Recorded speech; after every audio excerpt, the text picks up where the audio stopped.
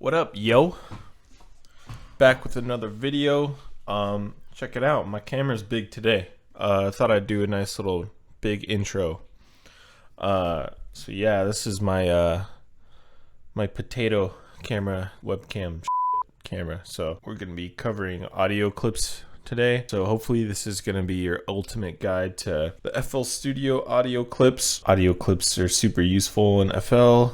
Use them all the time, you know, loops, drum breaks, fills, samples like that. Basically, this video is just going to be me talking about audio clips. So if that's interesting to you or you need it, you found the right video. Let's get it. I'm gonna make myself a little smaller here. Also, check it out. I voted today. Go vote if you can. Be a good citizen, okay? Just be good. I thought I'd start this off by adjusting my mic like an idiot, and like I do in every other video. So let's get over to FL here. So up here, if you can see in the top left, there's this is the pattern section, also represented right here. So this will be all your patterns. If I make like a drum pattern or something, so it'll show up over there. Anything up here in the pattern section, same exact thing over here. Cool. Sweet. Audio, on the other hand, will be in this section. So I have these drum breaks here that I'm just going to use it as examples.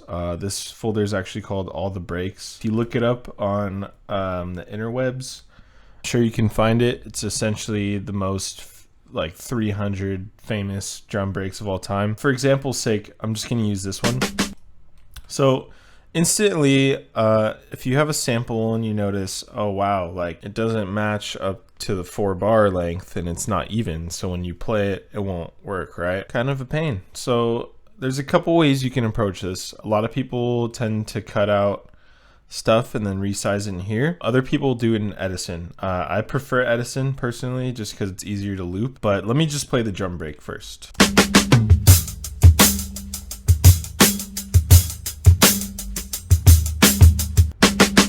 If you notice in audio clips too, once you turn the BPM down, the audio clip starts to shorten or shrink. That's just because it's adjusting to the tempo. So if you ever wanted to, like, you know, put it at its legit tempo, it can get kind of difficult. I don't want the fill in the beginning of this because I just want it to start on the 1,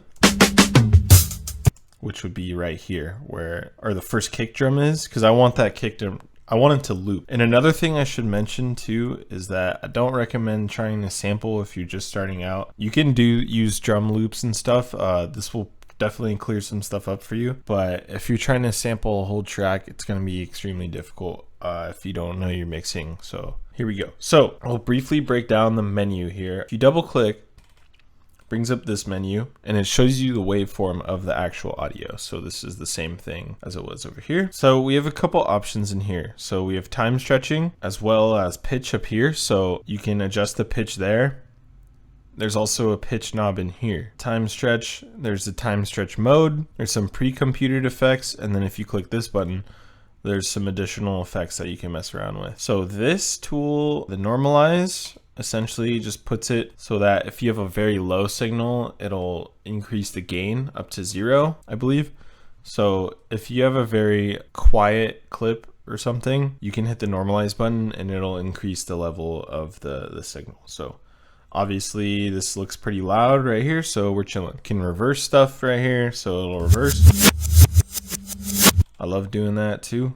Sample start. So if you wanted to cut out the beginning, you could simply adjust this knob. And now that I think about it, I could actually just eliminate this fill in the beginning just by using the sample start. So you can just go like that, line it up, and so forth. Trim is essentially just cutting out the silence at the front and the back of the sample. So if you look right here really closely, there's a little space where it's just white noise. Silence.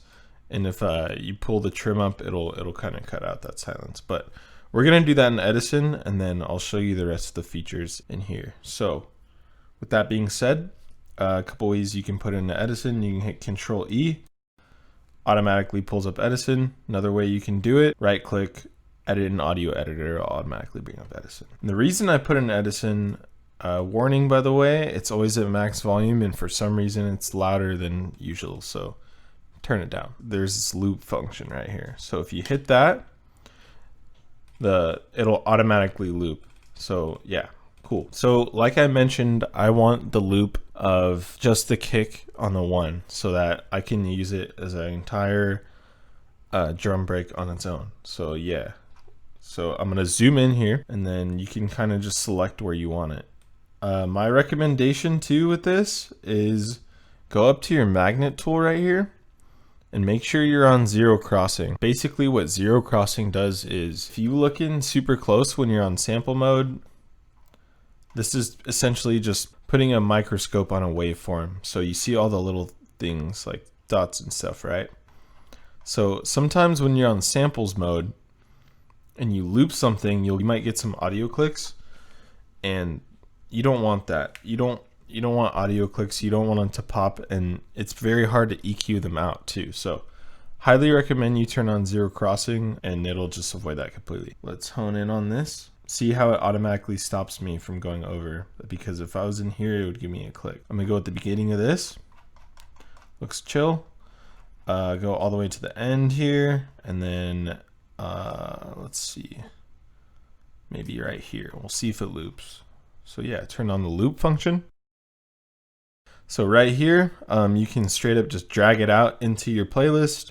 There's a couple other options out here that I won't go over right now, maybe in another video, but yeah, drag it out right back into the playlist. So cool. But then you might realize it still doesn't fit the grid, right? So this is where you can adjust the tempo until you see a perfect match. So it's at 85 right here. See how it lines up perfectly in the playlist?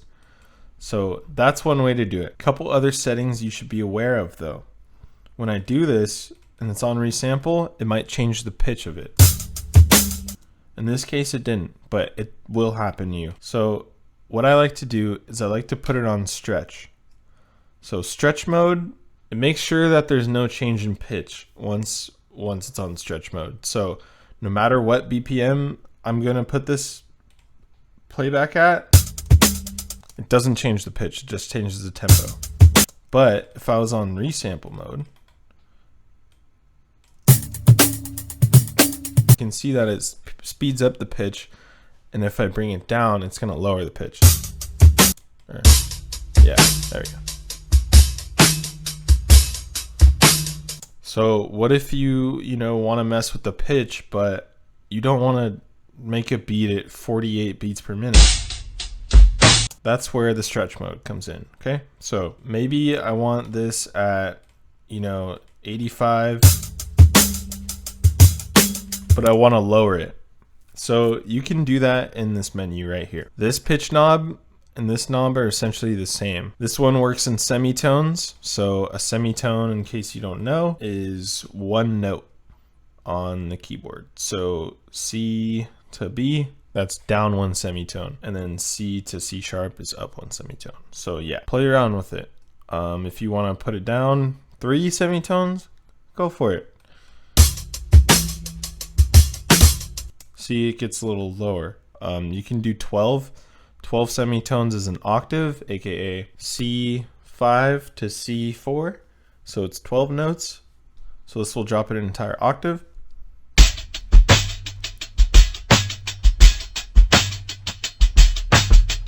Pretty sick. You might be wondering, what does this do then? It's basically the same thing. If you look in the top left up here, you can see that when I alter the pitch in here, it's in cents. So a cent is basically just a numerical, think of it like cents of a dollar. 100 cents is one semitone. It's the same exact thing. So if I put it down 1200 cents, that's going to be 12 semitones or an octave. So it sounds exactly the same. Oh, another thing too, if you do happen to bring it in and you do get pops and clicks, all you have to do is mess with this tab right here. It says declicking mode, and that means that you can click here, and if it's clicking, you can click one of these options. Smooth works pretty well. If you do have clicking and you mess with these options, it'll put like a little fade in and fade out at the end of the audio, so that it doesn't pop. So it fades the audio out right before the next sequence. This is the same way you can, you know, drag in a sample and edit as well. So say you had my loops that are free, by the way, link in description, go get those. So say you wanted to drop this, you can just pitch it down and see how it lengthens it out. You would hit stretch and then you'd pull it down.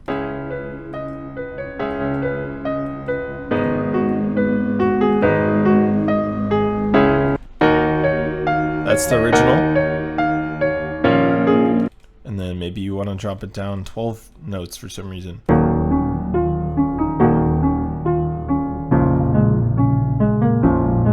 Biggest thing is just that stretch mode. Now, another thing too, maybe you were having trouble, you know, looping the audio in Edison, you couldn't really figure it out. If it's not a perfect loop, you can literally stretch anything into the tempo that you want. So I'll show you. I'm gonna pick another drum loop. Okay, so this will probably be a decent example. Let's drag it in. As you can see, it doesn't work out. And then you increase this up to what? 107, let's hear.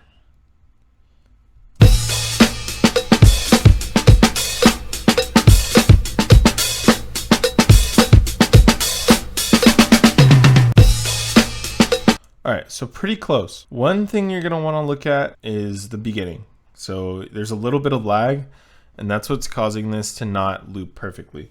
So I'm gonna trim that out. One way you can do it, hit this, or you can press C on your keyboard. Zoom in, and you can hit Alt and then right click. Put zero crossing on too when you cut these audio clips. So hit Alt, and then if it's okay, it'll cut where it needs to cut.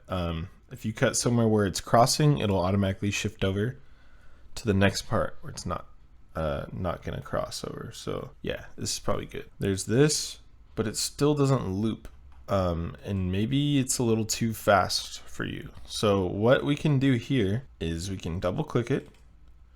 Instead of resample, go to the stretch mode and then zoom in here, click stretch, and then go to the end of it, hold Alt, and then drag it to the end where it needs to be. So just line it up on the grid here. Yeah, so it should be fine. And now you have it at 107. Now you can do whatever you want to it, and you can have it at any BPM you want. So you can put it down, 92.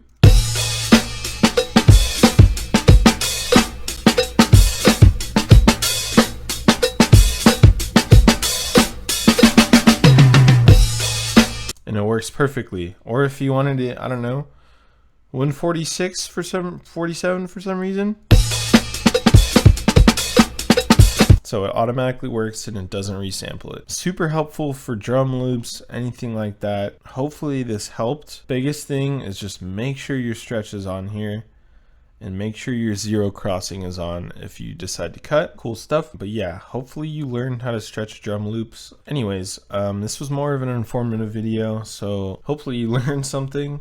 Share it with a fellow FL Studio user that doesn't really use audio clips. And yeah, go download some drum breaks and try it out for yourself. That's all there is to it, really. Also, quick disclaimer, it might not work for every single drum break you get. And that's because drums are crazy, or they have like a ton of rolls and breaks like this at the end. And the more breaks and stuff that there is, the more difficult it is to actually line stuff up, especially if, you know, maybe there's a little like drum sequence or solo in it or something, or the drums are just crazy. It works for pretty much everything, but there's going to be some instances where the time signature is a little off, and that causes the loop to just be weird to work with. So go get my free loop kit, experiment with that, maybe drop down some melodies if you want. Hopefully this solved any issues you might have been having with audio clips. So yeah, take care, and I'll see you in the next video. So yeah, peace.